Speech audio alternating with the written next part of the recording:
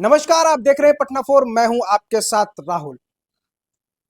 बता दें तो बिहार में विधानसभा सत्र चल रही है। आज 3 फरवरी हो गई, कल से सत्र चल रहा था और इसी के बीच एक वीडियो वायरल हो रहा है, वो अनंत और नीतीश कुमार का। इस मुद्दे पर बात करने के हमारे साथ है सर। इस पे आनंद सिंह की एक वीडियो क्लिप वायरल हो रही है, उसमें पैर छूते नजर आ रहे हैं। इस पर क्या बोलेंगे आप? अब सही आज की गर्मा-गर्म खबर है कि मोकामा से जो निर्वाचित विधायक है अनंत सिंह, उसने आज शपथ ले ली है विधायक की। अब वो माननीय विधायक हो गए हैं और कल ही एमपी एमएलए कोर्ट ने अनुमति दी थी। अनुमति का ये मतलब नहीं है कि अनंत सिंह जेल से बाहर आ गया, अभी वो जेल में ही रहेगा क्योंकि अभी इसको नियमित जमानत नहीं मिली है। नियमित जमानत जब पटना हाई कोर्ट से मिलेगी तब वो बाहर आएगा। देखिए, अनंत सिंह के बारे में सभी जानते हैं कि बिहार का खूंखार क्रिमिनल है, माफिया डॉन है और उसकी ताकत इन दिनों बहुत बढ़ी हुई है क्योंकि हमारे जो मुख्यमंत्री हैं पलटू राम, वो अनंत सिंह के सर आज्ञाकारी। पलटू राम बोल रहे हैं आप? नीतीश कुमार मुख्यमंत्री? हाँ हाँ, तो इतनी बार पलटी मारेंगे तो मैं क्या, उनको पूरा हिंदुस्तान पलटू राम बोलता है। कश्मीर से कन्याकुमारी तक उनका नाम पलटू राम पड़ गया है। पलटू राम नाम ही हो गया है ना। नाम ही हो गया है, पर जस्ट मतलब काम के अनुसार नाम होगा ना। तो जैसे डॉक्टर राजेंद्र प्रसाद को देश रत्न कहते हैं, जयप्रकाश नारायण को लोकनायक कहते हैं, कर्पूरी ठाकुर को जननायक कहते हैं, लेकिन ऐसे बिहार की महिला तो नीतीश कुमार को भगवान समझती है। अब पता नहीं क्या समझती है। नीतीश कुमार ने तो अपनी पत्नी को ही कभी घर में नहीं घुसने दिया, पता नहीं महिला क्या समझती है। खैर, ये अलग बात हो जाएगी। तो मैं कह रहा था कि ये जो अनंत सिंह है ये इसलिए बहुत ताकतवर हो गया है और अनंत सिंह का जेल जाना कोई पहली बार नहीं है। 2020 का चुनाव भी उसने जेल के अंदर से ही जीता था। उस समय वो AK-47 मामले में अंदर था और AK-47 मामले में अनंत सिंह 5 साल तक बेऊर जेल में रहा। जी। उसको निचली अदालत से 10 साल की कैद की भी सजा हुई थी, उसकी विधायकी भी खत्म हो गई थी। 2024 में पटना हाईकोर्ट ने अनंत सिंह को रिहा कर दिया, तो कायदे से बिहार सरकार को सुप्रीम कोर्ट में अपील करनी चाहिए थी। लेकिन चूंकि मुख्यमंत्री खुद अनंत सिंह के गिरोह में शामिल हो गए हैं, इसलिए बिहार सरकार ने कोई अपील नहीं की। सर एक बात कहना चाहेंगे, अनंत सिंह को मोकामा के लोग अनंदा बोलते हैं। अब सर अनंत सिंह को आज एम्बुलेंस में विधानसभा लाया गया। अब एम्बुलेंस में लाया गया तो अब पता नहीं, हो सकता है बीमार हो। कुछ लोग कहते हैं कि उसको कुछ किडनी की समस्या है, मुझे नहीं मालूम। तो वो तो खैर, यदि मतलब ये जेल के डॉक्टर ने कहा होगा कि एम्बुलेंस में ले जाइए तो एम्बुलेंस में ले जाया गया होगा, ये कोई बड़ी बात नहीं है। कैदियों के भी मानवाधिकार होते हैं, वो कोई बड़ी बात नहीं है। लेकिन हाँ, ये एक दुर्भाग्य की बात है कि ऐसे क्रिमिनल लोग विधानसभा में बैठेंगे और बिहार के कानून बनाएंगे, ये एक लोकतंत्र के लिए अशुभ संकेत है। अनंत सिंह बार बार जेल जाता रहा है, लेकिन देखिए AK-47 मामले में निकला था तो फिर पिछले साल 24 जनवरी को वो जेल चला गया क्योंकि 22 जनवरी को उसने जाके नौरंगा जलालपुर गांव में गोलीबारी कर दी थी सोनू मोनू के घर पर और फिर 24 जनवरी को सरेंडर करके वो जेल गया था। अनंत सिंह बार बार जेल ही क्यों जाते हैं? मैंने कहा ना, अब वो उनका घर ही जेल है क्या घर सर? ही लगता है जेल हो गया है। मतलब बिल्कुल वो आदत से लाचार है और बार बार क्राइम करता है। फिर उस मामले में बाहर निकला तो पिछले साल 30 अक्टूबर को उसने दुलार चंद यादव का खून कर दिया। फिर उस समय चुनाव का समय था, चुनाव आयोग का बहुत दबाव था। फिर पटना के सीनियर एसपी गए। 2 नवंबर को बाढ़ के कारगिल मार्केट में अनंत सिंह की गिरफ्तारी हुई, तब से वो बेऊर जेल में ही है। देखिए, अनंत सिंह को ने कानून को बिल्कुल मजाक बना दिया है। अभी उसका एक वीडियो वायरल हुआ था इंदिरा गांधी इंस्टीट्यूट में, वो सिगरेट पीते हुए वो धुआं छोड़ सरकारी रहा था। संस्था है सर, एक मेडिकल नहीं नहीं, ठीक है, कॉलेज बिल्कुल। और ये वही हॉस्पिटल। वही मैं बोला बोल जाए तो वहाँ पेशेंट आते हैं, बिहार के लोग आते हैं। वही तो तो मैंने एक कहा। बाहुबली कहे जाने वाला अनंत सिंह को दा बोलते हैं, दादा बोलते हैं, और उस हॉस्पिटल में वो सिगरेट पीते नजर आ रहे हैं। वही आप बोलिए ना, सारे सार्वजनिक जगहों पर स्मोकिंग पर रोक है, धूम्रपान पर पाबंदी है। और वो तो बेउर जेल का कैदी है अनंत सिंह, पुलिस अभिरक्षा में गया था, इसके बावजूद वो सिगरेट पी रहा था।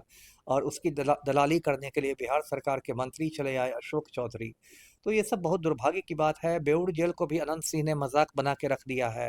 अनंत सिंह को जेल में मोबाइल की सुविधा है और ना बिहार के मुख्य सचिव की औकात है उसका सर मोबाइल। उनके लिए आपने बता अभी बोला मोबाइल, तो मोबाइल के सर बिहार सरकार की जो प्रशासन है, आप भी प्रशासनिक सेवा से रिटायर्ड हुए, तो वहाँ जेल में तो अलाउ नहीं है, तो उनको मोबाइल कैसे मिलता है सर? अलाउ नहीं है, लेकिन चूंकि मुख्यमंत्री ही जब आपका चपरासी बन जाए तब सारे नियम कानून शिथिल हो जाते हैं, है ना। इसका मतलब सर बिहार के कानून हाँ, और मंत्री से लेकर प्रशासनिक लोग भी एक दूसरे के टच में होते हैं और अंदर जो पॉलिटिकल के दबाव में बिल्कुल ये बिल्कुल कामें करते हैं। बिल्कुल बिल्कुल इसलिए तो मैं मांग करता आया हूं कि अनंत सिंह को पटना के बेऊर जेल से दिल्ली के तिहाड़ जेल भेज दिया जाए, जैसे मोहम्मद शहाबुद्दीन को भेजा जी गया था।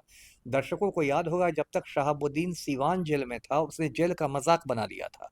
वो जेल सुपरिटेंडेंट के चैम्बर में अपना दरबार लगाया करता था।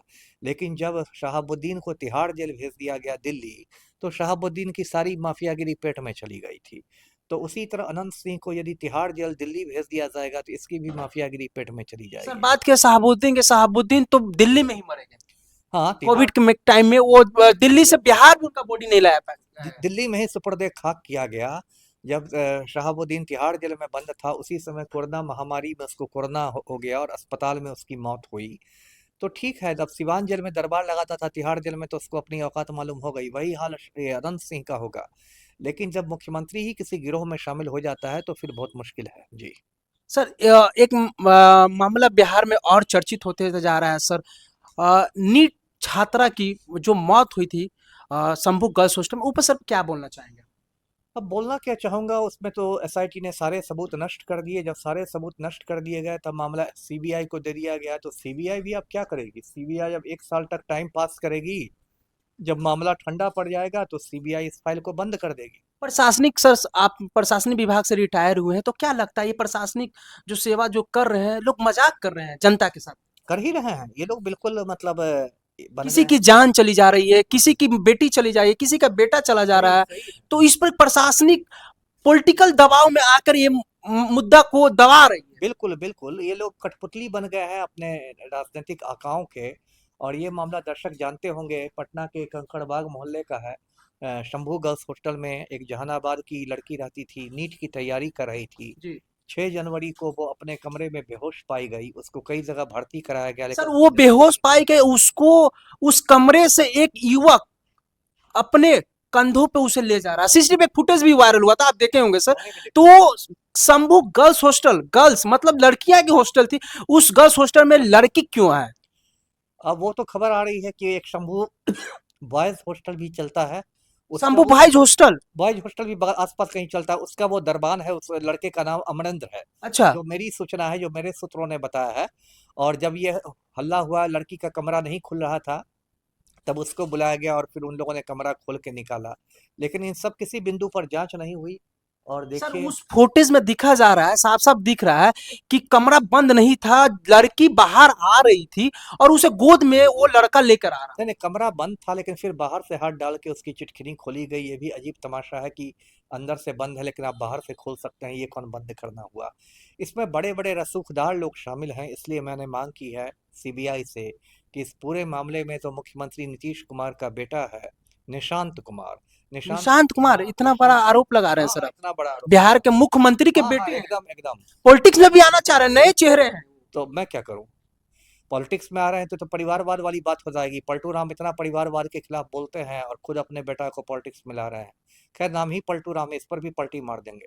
तो इसलिए मैंने सीबीआई से मांग की है, जब सीबीआई इस केस को औपचारिक रूप से ले लेगा, तब मैं सीबीआई के निदेशक को पत्र लिखूंगा या उनसे दिल्ली जाकर मुलाकात करूंगा। आप पत्र लिखेंगे? जी बिल्कुल। और उसमें मैं मांग करूंगा कि भाई, ये जो निशांत कुमार है मुख्यमंत्री का बेटा, इसके भी खून का नमूना लिया जाए, ब्लड सैंपल लिया जाए और जांच के घेरे में इसको भी शामिल किया जाए। सर, जी आप इतने बड़े शब्द बोल रहे हैं, नीतीश कुमार के बेटे को ब्लड जी जी। सैंपल लिया जाए, ये बिल्कुल आप एकदम चैलेंज कर रहे हैं सर। चैलेंज कर रहा हूँ, क्योंकि देखिए कहीं भी नहीं लिखा कितने करीब से जानते हैं निशांत कुमार को आप? अरे मेरे भी बहुत सूत्र हैं, ऐसा थोड़े है। मैं भी बिहार का ही रहने वाला हूँ। मैंने पढ़ाई पूरी बिहार में की। इतने दिनों बिहार में मैं आईपीएस रहा, इतने जिलों का एसपी रहा हूँ। तो मेरे भी जासूस चप्पे चप्पे पर हैं, मुझे भी बहुत सारी खबरें मिलती हैं। और सारी सूचनाओं को मैं सीबीआई को दूंगा। सीबीआई को केस आप लेने दीजिए जी। सर, सीबीआई की बात कर रहे हैं, सीबीआई अभी देखा जाए तो केंद्र सरकार के अंडर में काम करती है। तो केंद्र सरकार में मोदी जी हैं, उनको लेकर आप क्या बोलना चाहें? देश की जो जनता के प्रति और बिहार के लोगों को क्या कर रहे हैं, वो सब उन पे बात क्या करेंगे सर आप? वो अब कैसे नेता है और क्या देश में उनके आने के बाद 14 से जब उनकी सरकार बनी थी, उस पर के बाद क्या बोलेंगे सर आप? अब कायदे से तो नरेंद्र मोदी को दिल्ली के तिहाड़ जेल में रहना चाहिए। तिहाड़ जेल में? तिहाड़ जेल में रहना क्यों सर, चाहिए। वो देश के हाँ प्रधानमंत्री हाँ, हैं, एकदम प्रधानमंत्री हैं, लेकिन तिहाड़ जेल में रहना तीन तीन चाहिए। बार के। और 50 बार पीएम बन जाए मैं क्या करूंगा। लेकिन मोदी के जो काम है, उनको अब तिहाड़ जेल में रहना चाहिए। उन्होंने गुजरात में खूनी दंगे कराए थे, उसके बाद उन्होंने राफेल घोटाले में काफी दलाली खाई है। गौतम अडानी के साथ मोदी मिलकर पूरे हिंदुस्तान को लूट रहे हैं। अभी एप्स्टीन फाइल्स में भी मोदी का नाम आ गया है। जी जी। जेफरी एप्स्टीन ने एक टापू खरीदा हुआ था समंदर में, और टापू पर वो छोटी लड़कियों को रखता था, और लोग वहां जाके रेप करते थे लड़कियों के साथ। रेप करते रेप थे। करते थे, और पूरी दुनिया हिली हुई है एप्स्टीन फाइल्स में। मोदी का नाम एक दो बार नहीं, 33 बार आया है। तो ये शायद रखे। आप ही बताइए, जसोदा बेन जो मोदी की पत्नी है, उनको पीएम हाउस में घुसने नहीं दिया जाता, और मोदी जी नारा देते हैं सबका साथ सबका विकास। और जिस जसोदा बेन के साथ उन्होंने शादी की, अग्नि को साक्षी मान के साथ फेरे लिए, उस जसोदा बेन को कदम नहीं रखने दिया जाता है प्रधानमंत्री आवास में। इसी से आप मोदी का कैरेक्टर समझ सकते हैं किस चरित्र के आदमी हैं जी। क्या लगता है सर, बिहार के साथ साथ देश के प्रधानमंत्री और बिहार में जब भी वो आते हैं तो कुछ अलग बात भी बोलते हैं। देखिए, वो जुमलेबाज प्रधानमंत्री हैं, खाली जुमलेबाजी करते हैं। 11-12 साल पहले उन्होंने जितने भी वादे किए थे, कोई वादा उन्होंने पूरा नहीं किया। उन्होंने कहा था कि देश का काला धन 100 दिनों में आ जाएगा विदेश से, वो नहीं आया। उन्होंने कहा था हर हिंदुस्तानी के अकाउंट में 15-15 लाख रुपए आ जाएंगे, वो नहीं आए। उन्होंने कहा था कि हर साल 2 करोड़ नौजवानों को नौकरी मिलेगी, वो नौकरी नहीं मिली। उन्होंने कहा था कि 100 स्मार्ट सिटी बनाएंगे, वो सिटी नहीं बने। उन्होंने कहा था कि बुलेट ट्रेन चलेगी, वो बुलेट ट्रेन नहीं चली। मोदी दिन रात सिर्फ अपने मालिक गौतम अडानी की सेवा करते हैं, सिर्फ गौतम अडानी का मुनाफा बढ़ाते हैं। गौतम अदानी को सर उनके आप मालिक बोल रहे मालिक बोल रहे हैं। देखिए, देश में अभी हम दो हमारे दो की सरकार है। 4 गुजराती देश को चला रहे हैं, 2 गुजराती देश को बेच रहे हैं, 2 गुजराती देश को खरीद रहे हैं। हैं। सर पार्टी के राष्ट्रीय कार्यकारी अध्यक्ष बिहार से ही एक युवा बन के गए हैं, वो नितिन नवीन जी, जो बीजेपी नेशनल पार्टी उसके तो अध्यक्ष अब बने हैं। बिहार के एक बांकीपुर विधानसभा से चुनाव जीत के गए हैं, वो अब अध्यक्ष बने हैं। अब उन पे क्या बोलेंगे? उनकी कोई औकात ही नहीं है नितिन क्यों? नवीन। वो तो सर वो मोदी जी साफ साफ बोले थे ये हमारे बॉस हैं। वो तो मोदी जी मजाक कर रहे थे, मोदी जी मजाक कर रहे हाँ थे। मजाकिया मूड में थे।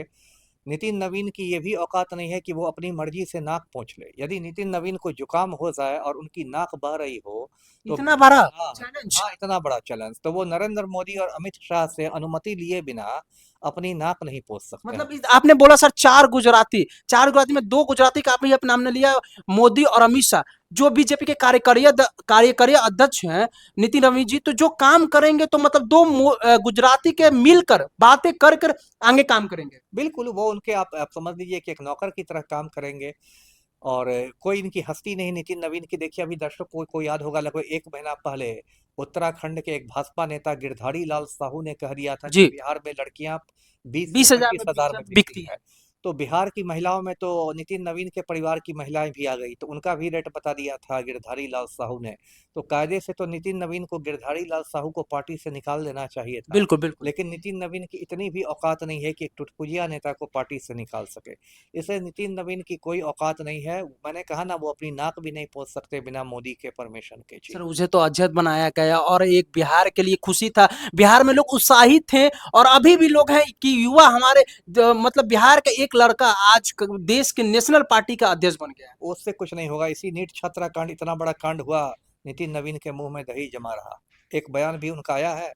नहीं। नितिन नवीन को तो चुल्लू भर पानी में डूब मरना चाहिए। बिहार की एक बेटी का रेप हो गया, खून हो गया, और ये मोदी जी का पैर दबाने में लगे हुए हैं। आम दिन बिहार में घटना हो रही है। तब तो इस पर नितिन नवीन का कोई बयान आया? तो ये सब देखिए फालतू बातें हैं। नितिन नवीन की कोई हस्ती नहीं है, कोई औकात नहीं है। उनको मोदी और शाह की कठपुतली है, इसके अलावा उनकी कोई औकात नहीं है जी। बिहार के प्रशासनिक सेवा सर आप रिटायर्ड हुए, तो बिहार के प्रशासनिक सेवा के बारे में सर क्या बोलना चाहेंगे? जो बिहार में आम दिन आप देख रहे हैं घटना हो रही है, लोगों का मर्डर आम दिन, जैसे सम्राट चौधरी जब से डिप्टी सीएम बने हैं, करीब विभाग संभाले, उस समय से बिहार में घटना और हो रही है, और लोग इतने निडर हो गए हैं कि घर के सामने लोगों को मार दे रहे हैं, काट के फेंक दे रहे हैं। तो इस पर सर क्या बोलेंगे? आप देख रहे हैं प्रशासनिक सेवा भी एकदम साइलेंट मूड में।